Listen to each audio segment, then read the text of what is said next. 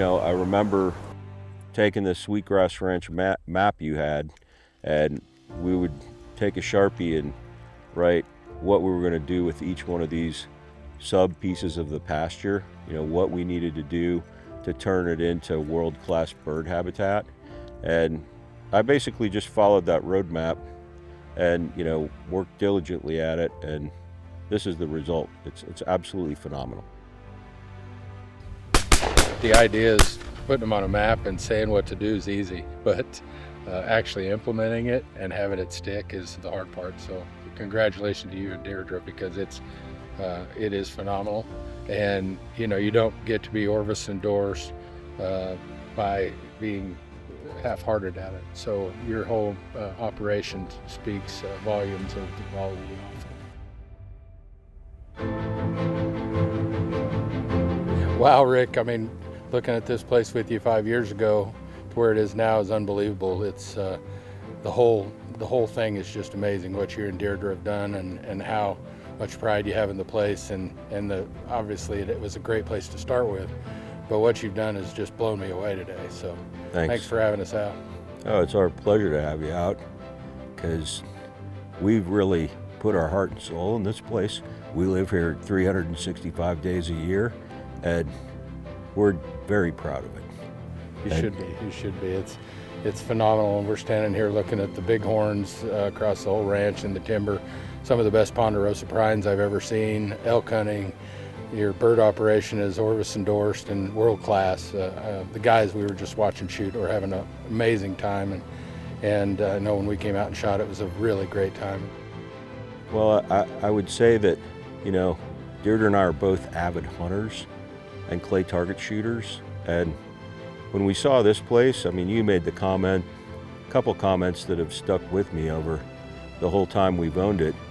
You said, this is the elkiest looking place I've ever seen. Also, you said it's 5,000 acres that lives like 20,000 acres. And it's absolutely true. All these timbered canyons, there's so many pockets for wildlife to hide in. And every day when I drive the ranch, I see a mule deer buck or a bull or something, or turkey, a group of turkeys that I hadn't seen before.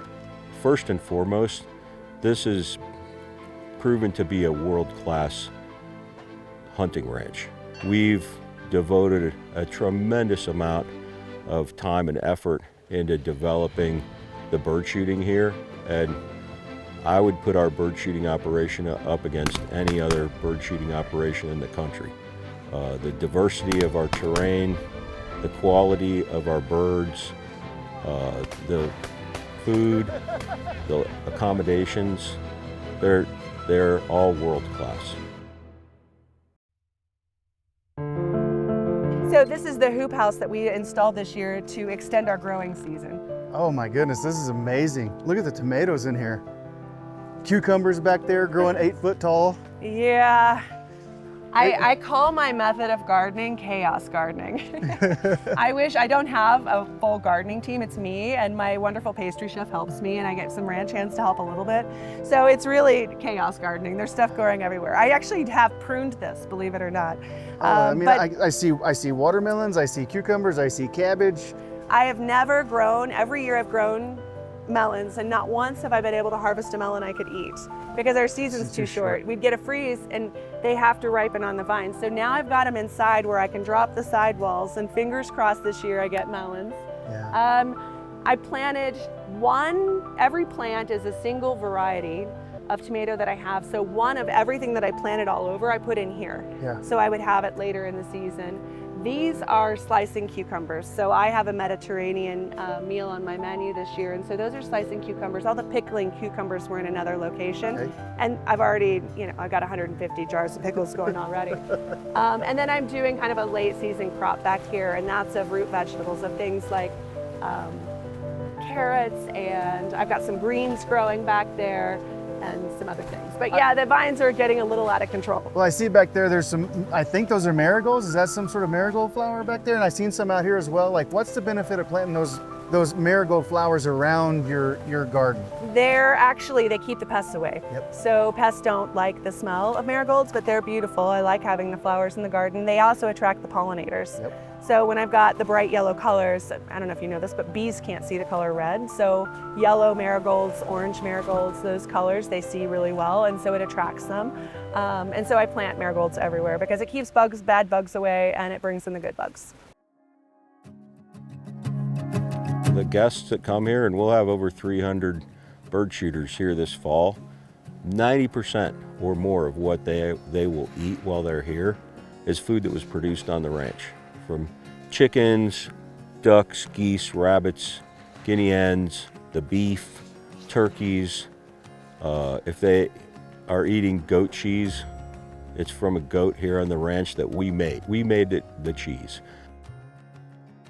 The other thing about this place that is really striking is the diversity of what we do here. So in addition to all the hunting operation, we run a pretty good cow-calf pair operation, and the bird shooting guests would never know it. They'd never see the cows because we've set up our pasturage so that the cattle are only in the areas where we bird shoot out of season, and we put them in there to rotationally graze the bird shooting venues, so the bird cover is always great the next year when it's time for that first Labrador or German Shorthair to get set loose on a bunch of pheasants and chukars. Yeah, amazing what you've done with it, regenerative agriculture, right? Never been no spray on the ranch since you've been here. Nope. And the birds do awfully well with it, but so do all the other wildlife. I saw ducks, and you know, your farm to table and regenerative agriculture thing is probably as big a thing as any, and you know, with what you and Deirdre have done, and so it's 5-star. It's just hard to verbalize that without seeing it. This is pretty amazing. This field, when I got here with you, it was dirt. Remember, we were shooting those pheasants, and you could see dust clouds coming up. And it's pretty amazing what you've done with the place from the standpoint of the regenerative. You've never sprayed since you've been here, and look at the stand on this cover and grass. Pretty amazing. It is pretty amazing. And you know, when we first bought the place, the first summer I had NRCS out here, and they did a study on the soil health, and it was really depleted from decades of just being used to grow hay. And they gave me a 13 seed native plant blend to plant, infill plant into the sod. No spraying, no tilling or turning the soil over, just infill the plants into the sod. And for the first 2 years, it didn't look like anything was happening. And that third year, all of a sudden, all this plant life started to come up that hadn't been in this field before. And when I bought the ranch, this field was nothing but brome grass and ryegrass. That was it. It was just a grassy field. Now there's 24 species of plants in here, and the cover's so thick that it's really only comfortable to walk in here if you're on the mowed path. It's amazing what you've done with it, and across the ranch to have a place like this look like it does and not spray. And I remember shooting birds out here and going, you know, this is going to be hard to get back, and you've done a great job with it. It's real agriculture to get this to look like it does, and the cover you have is amazing. The improvements, Rick, on this place are the best I've ever been in. I've been everywhere. I've sold a lot of properties, some major properties with major improvements, and I've never seen improvements like what's here. They were tremendous when you got here, and then what you and Deirdre have done to them and added to the property is just amazing. Thanks. Yeah, the improvements, as you said, they exceed anything I've ever seen on any ranch. The lodge is absolutely 6-star construction. The owner's residence is 6-star construction. The barns and riding arena, all the facilities are just as good as it gets, and you know, everything perfectly maintained. And you know, combine those facilities with the scenery that surrounds you, and it's just an incredible experience. So we're here just north of Gillette, about 45 minutes north of the airport at Gillette. From the standpoint of northern Wyoming, this is kind of the western edge of the Black Hills. And so we've got a lot of Black Hills country, the ponderosa pines and deep draws and good water. Wildlife just thrives here, and as I said earlier, it's kind of an oasis for what we thought. You know, it's surrounded by the Thunder Basin Grassland, and the Thunder Basin is, you know, renowned for having good numbers of animals and a lot of space. That's exactly right. We're about 15 miles from the Montana border. We're probably 40 miles from the South Dakota border. In between the ranch and the South Dakota border is Devil's Tower and Keyhole Reservoir, which has excellent walleye and crappie fishing. The Gillette Campbell County Airport is, like you said, 45 miles away, or 45 minutes away. It's about 35 miles, and it's serviced by United Airlines. So, and Gillette is a really strong town.